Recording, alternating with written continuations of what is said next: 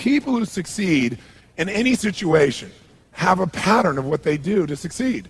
And it doesn't matter whether that person is succeeding in a business context or in a relationship context. It doesn't matter what the environment is. The fundamental lessons or laws for succeeding are very, very basic. So if we're looking for the ultimate success formula, the very first thing we'd have is you'd have to know what you want, which we call know your outcome. If you're going to succeed at anything, it's hard to succeed, hard to hit a target when you don't know what it is. And as simplistic as this sounds, do most people really know what they want? What do you think, yes or no? At least not consciously they don't, right? And so it's going to be very, very difficult to achieve what you want when you haven't defined it. But this is going to become a question we're going to want you to ask yourself a lot. What is my outcome in this situation? I even have a time management system that I developed. It's really a life management system, which we call OPA, because the first O stands for what's my outcome. Because you can come up with a question like, what should I do? And you're going to end up with a long list. But as you do all these things, what will happen is you can cross everything off your list and still be unfulfilled and not really achieve anything that matters. So you're going to say, what's my outcome first? Then you begin to decide what you need to do to get the outcome. So in this case, we want to say, what's your outcome? You want to make it a habit to ask this question a lot. You're in the middle of a conversation. Stop yourself if it seems to be going nowhere and say, what's my outcome here? Do I want to connect? Do I want to influence this person? Do I want to learn something? What's your outcome?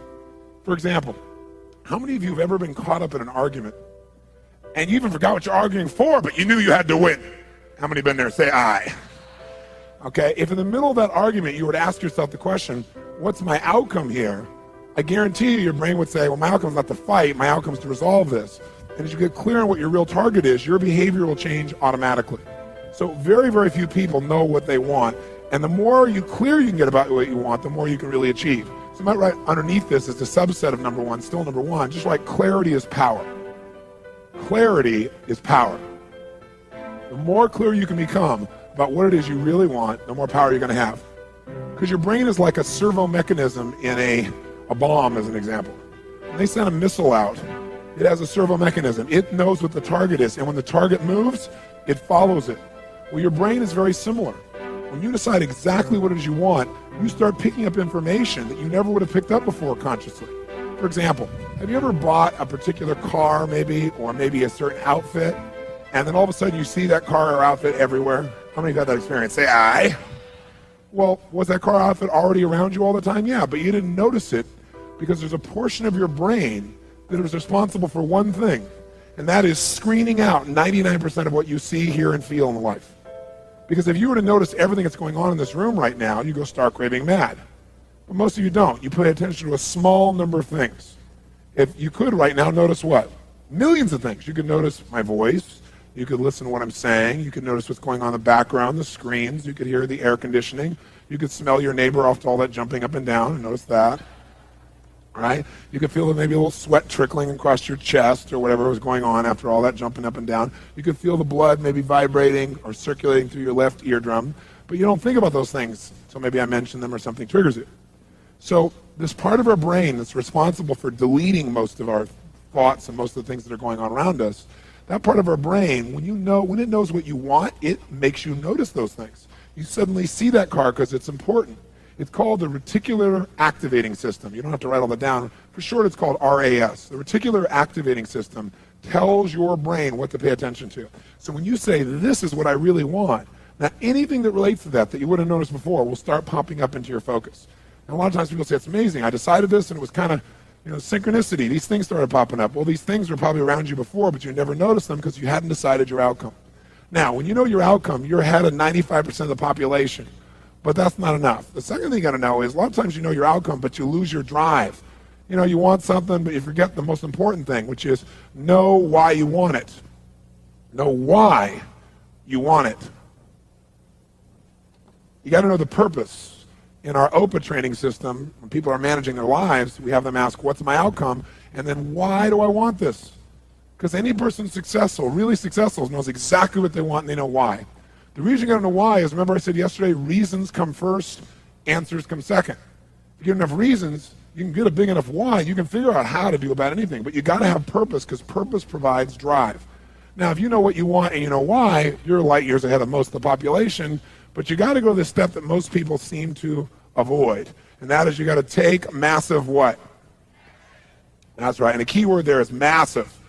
Massive action can be a cure-all when you know what you're after and you know why you want it. Because when you know what you're after, when you take action, you won't just be expending energy. You'll be moving yourself in a direction towards something you really, really want. And by the way, last night we called taking massive action personal what?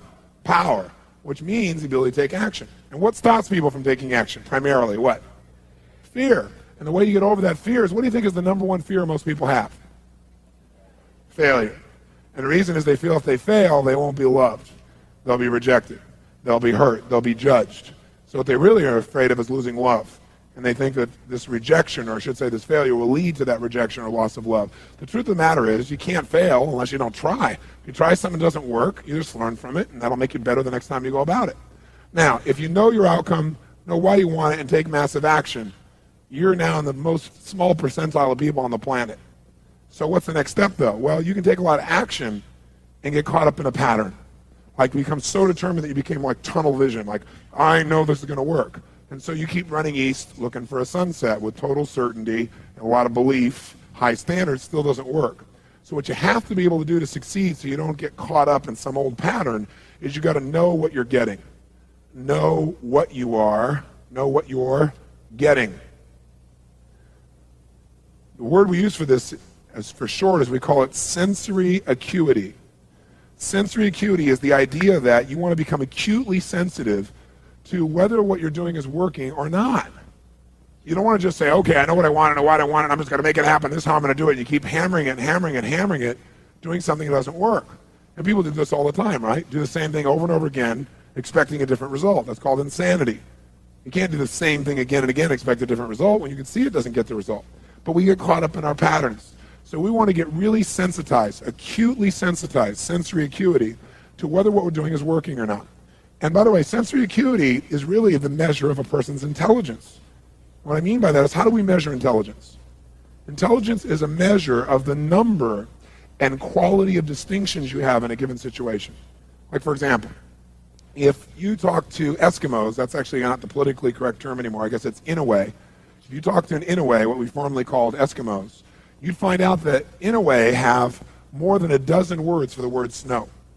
More than a dozen. Now, I'm from Southern California. Guess how many words I have for snow?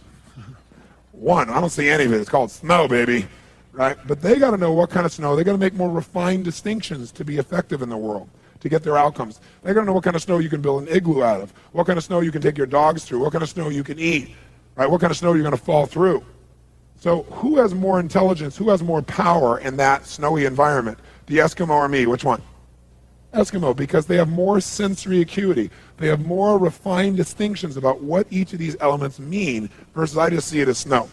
Now, if you took that Eskimo and you stuck him in my car in Los Angeles, then we'd find out that maybe I have a little more intelligence because he might try to steer the thing using the rearview mirror, right? He just doesn't know.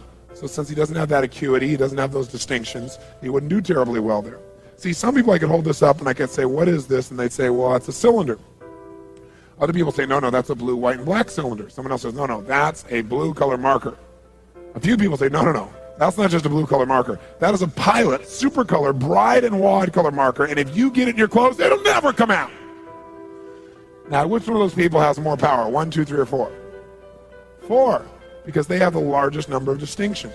So now, if you know your outcome, you know why you want it. You got your purpose. You got your drive. You got your A, and OPA. This is outcome, purpose, action. You know the massive action. You're taking action, and you notice if it's working. What happens if you notice it's not working? You're taking action, but it's not getting you closer to your outcome. What's the obvious fifth step? The fifth step is change your approach.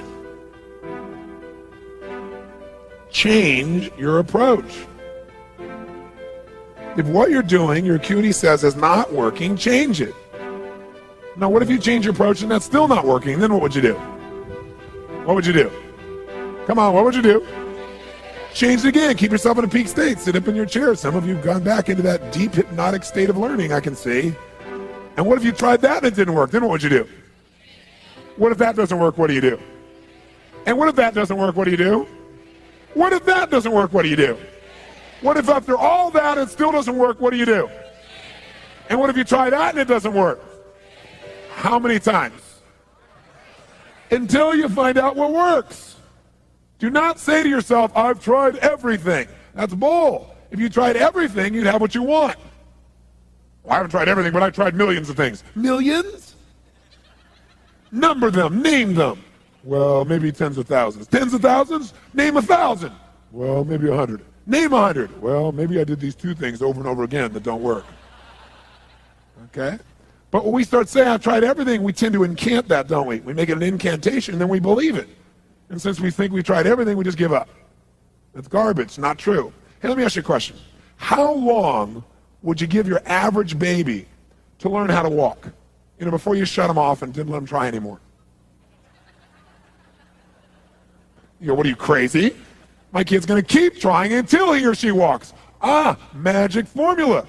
When almost everybody in the whole world walks. Okay? So this is the ultimate success formula. It comes down to knowing what you want, why you want it, taking massive action, know if it's working, and simply changing your approach until you get it. That's it. Anyone who succeeds does this. They may not call it Robbins' ultimate success formula, but I guarantee they did it. I mean, corny example. Thomas Edison, these lights in here. Did this guy know his outcome, yes or no? Yes or no? He was absolutely clear. Without knowing the outcome, he couldn't have built that in a million years. It didn't exist before. He had to decide he wanted to create this result without the use of candles. Did he know why he wanted to do it? You bet. You read his writings, this man had a sense of incredible purpose and drive. Did he take massive action, yes or no? Oh, yes. Tens of thousands of experiments. Did he notice when it wasn't working and learn from it, yes or no?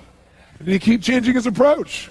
That's why right now in this room we don't smell candlelight, right? Now, if you know the old story of him, it's written about him in his early days. He says he's got his best friend with him. He's doing this experiment, and as he's doing it, he creates a small explosion, which shakes the room, scares both of them very, very severely.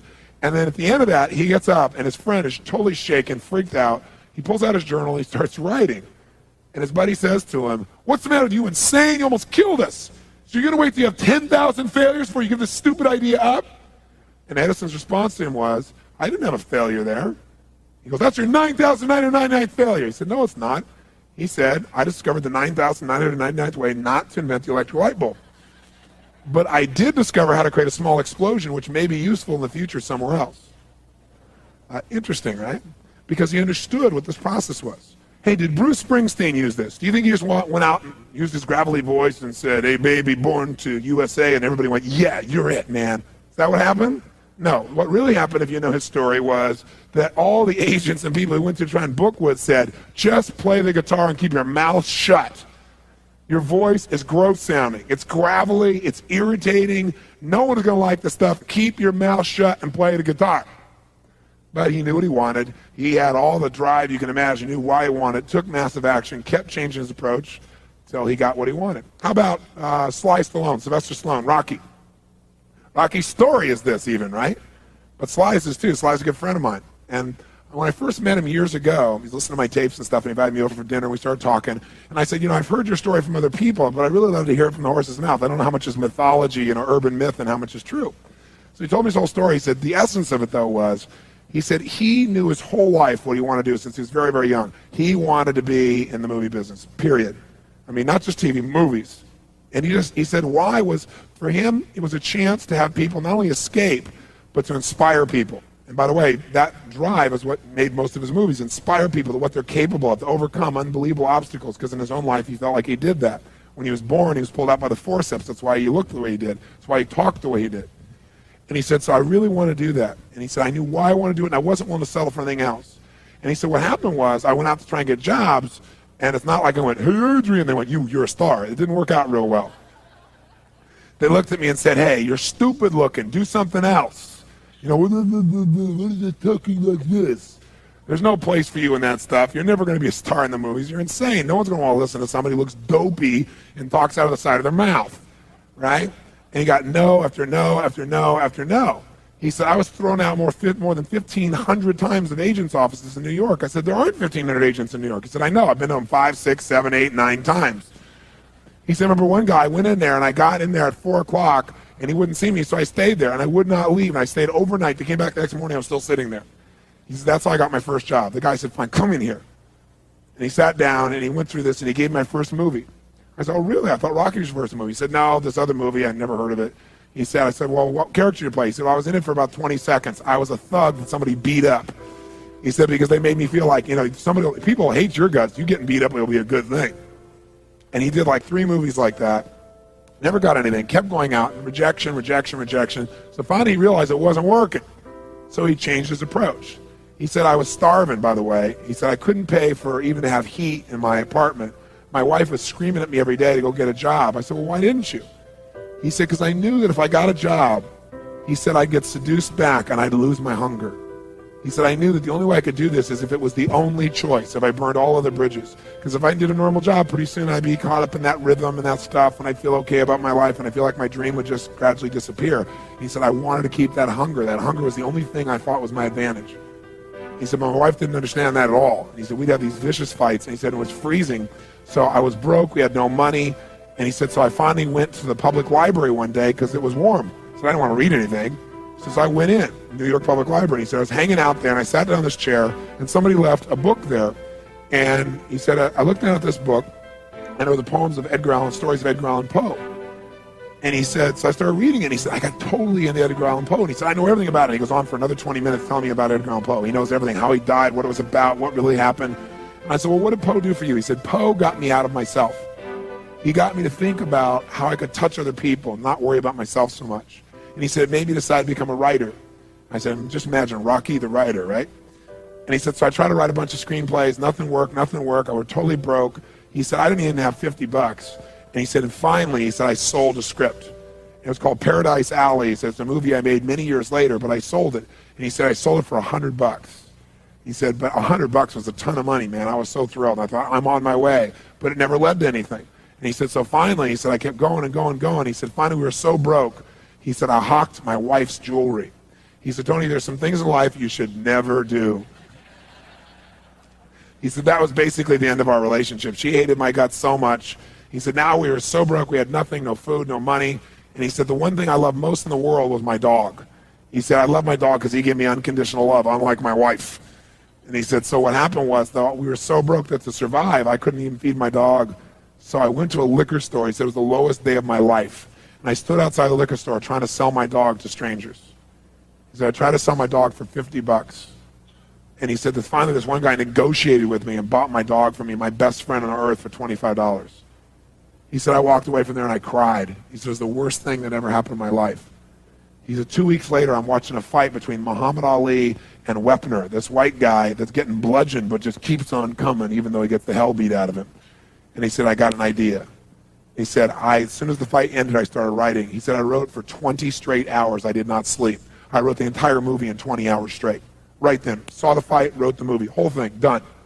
He said, I was shaking at the end. I was so excited. He said, I really knew, man. I knew what I wanted. I knew why I wanted it. He said, just like you teach that formula. He said, but I said, man, I took the action. Now it's time to deliver. And so he said, I went out and started trying to sell it to agents. And they all would read it, and they'd say, this is predictable. This is stupid. This is sappy. He said, I wrote down all the things they said, and I read them the night of the Oscars when we won. Right? He said, it was really good, right? The greatest revenge is massive success. And he said, so what happened was, he said, I kept going, trying to sell it, nobody going, I'm broke, I'm starving. He said, finally, I meet these guys, they read it, and they believe in the script, and they love it. And they offer me $125,000 for my script. I said, oh my God, you must have been out of your mind. He said, I was. I said, just one thing though, guys, you got a deal based on one thing. And they said, what's that? He said, I got a star in it. They went, pfft. What are you talking about? You're a writer. He said, no, I'm an actor. I said, no, you're a writer. He said, no, I'm an actor. That is my story, and I'm Rocky. He said, I got to play it. I got to be the head person. I got to be the starring role. And they said, there's no way. We're not going to pay you $125,000, take some no name and stick you in that and throw our money away. We need a star.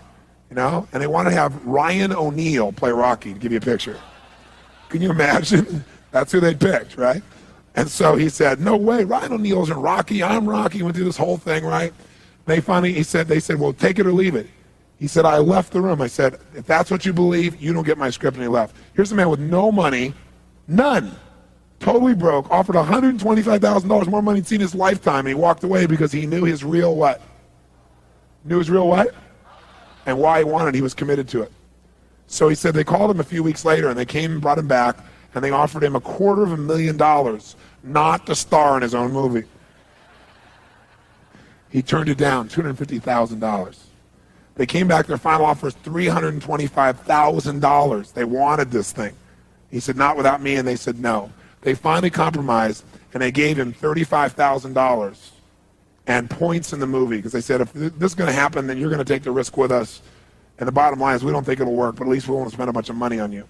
And they only spent $1 million to make Rocky, and it grossed $200 million at the time. I mean, it was done pretty well. But what's interesting about this is, I said, what'd you do? I mean, even $35,000, it's not $250,000. That's a lot of money when you don't have 25 bucks. I said, what's the first thing you did? I figured you went out and partied or something. He said, I went to that liquor store for 3 straight days and hoped that the man who had my dog frequented the store. He said, because I want to buy back my dog. I thought that was so cool, right? That was really cool. I said, what happened? He said, third day I was there, this guy walks by, and I see him, and I can't believe it, and there's my dog. And I looked at him, and I said, sir, remember me? And he said, it had been about a month and a half by the time this had all come about. And he said, remember me? You know, I'm the guy who sold you the dog. And I goes, yeah, I love the dog. He said, look, he said, I was so broke, I was starving. He's my best friend. I'm sure you love him too, but I gotta have him black. Please, I beg of you. He said, I'll pay you $100 for the dog. I know you paid me $25, but I'll give you $100. The man said, absolutely not, no way. It's my dog now, you can't buy him back, right? And Sly said, you know, Tony, you know how you say know your outcome? I said, yeah. He said, I knew it. And he said, I kept changing my approach, so I went $500 for the dog. The guy said, absolutely no way. He said, $1,000 for my dog. The guy said, no amount of money on earth is ever going to get this dog for you. I said, what'd you do? He said, I knew my outcome, right? Because he listened to these tapes, kept to him. He said, I decided to take massive action. He said, I got my dog. I just kept changing my approach, so I got it. I said, what'd it cost you? $15,000 and a part in Rocky. The guy's in Rocky.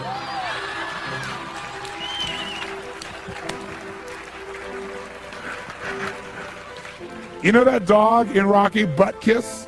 That's Sly's real dog, right? That's the dog. He bought him back. So he put his dog in the movie, and he put the guy in the movie and paid $15,000 while he had $35,000. Isn't that pretty cool? Pretty awesome.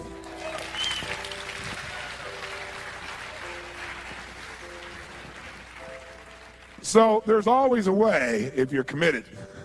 Just got to keep changing your approach.